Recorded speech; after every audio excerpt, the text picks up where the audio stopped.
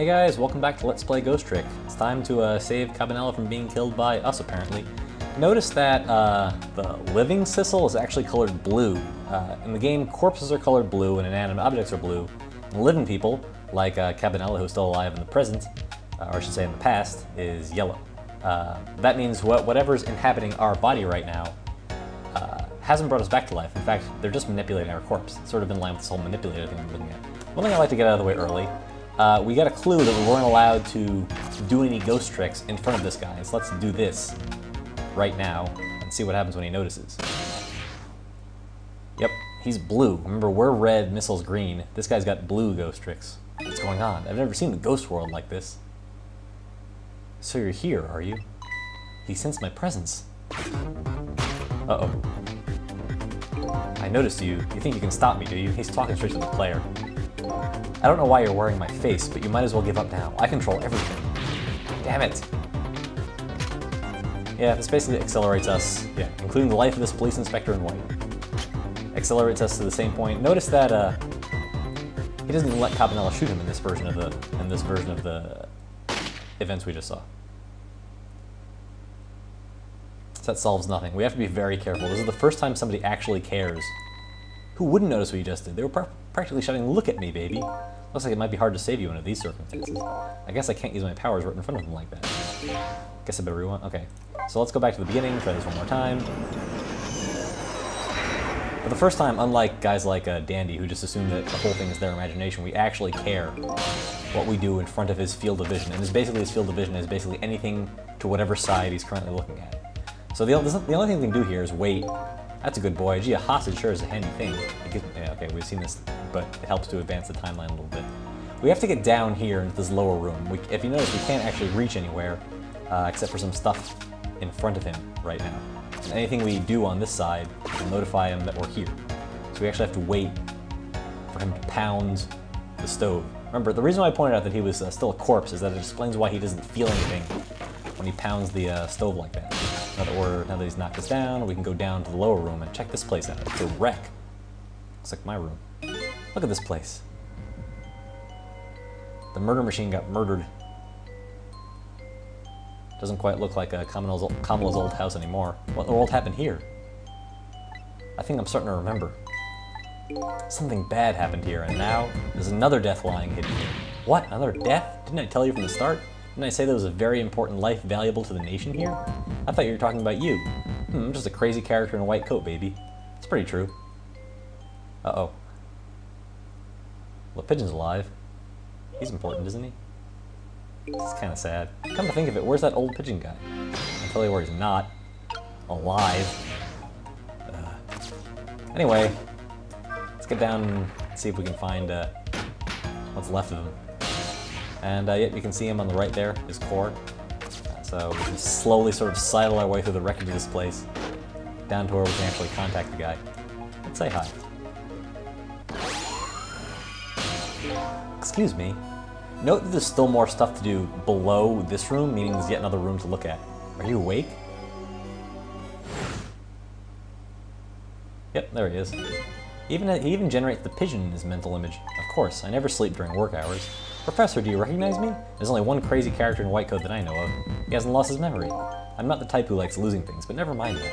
Cabanela, this is quite a surprising guest you brought with you. Pretending like he didn't just blow up the place. Are you talking about me? Oh, this is a different guy, and I'm his guest actually. Said he came to rescue us.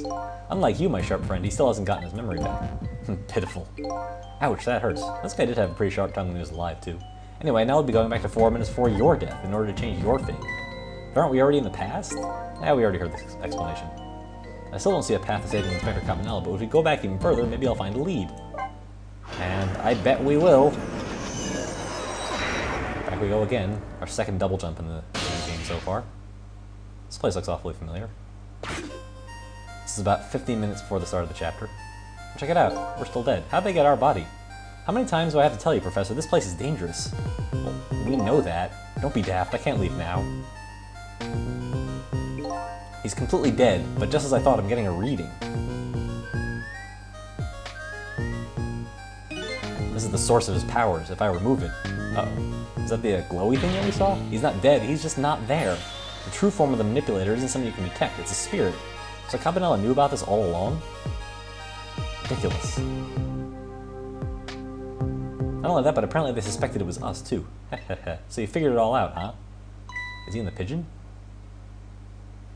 Or is he still in his body? Our body? Something like that. Nice nap. You're a clever man, Inspector Cabanela.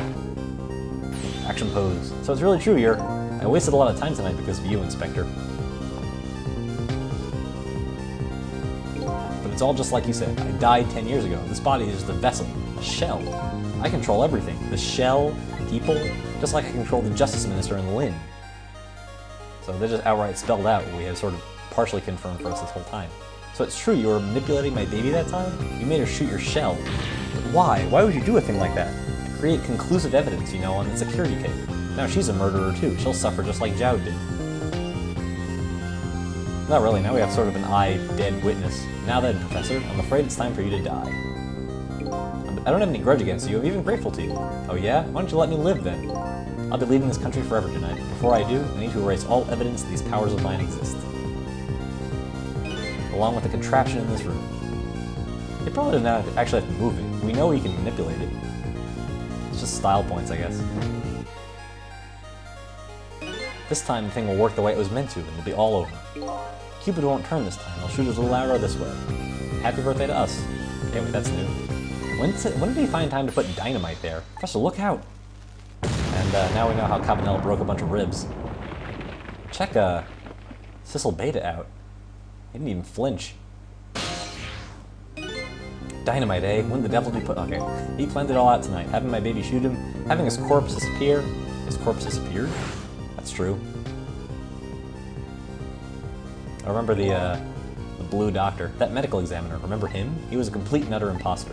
Well, we knew that. They made it pretty obvious by giving these guys such obvious skin tones. Hey, it's Lampy. Hello, guy. He said he was going to take the corpse back to the lab, but he'd already made a deal with a manipulator to meet him and give him the body back. Well, that explains why it was so important that the body got down there. But I wasn't going to let that happen, baby. You saw through their plan, eh? I noticed right away the medical examiner didn't know the first thing about examining a body.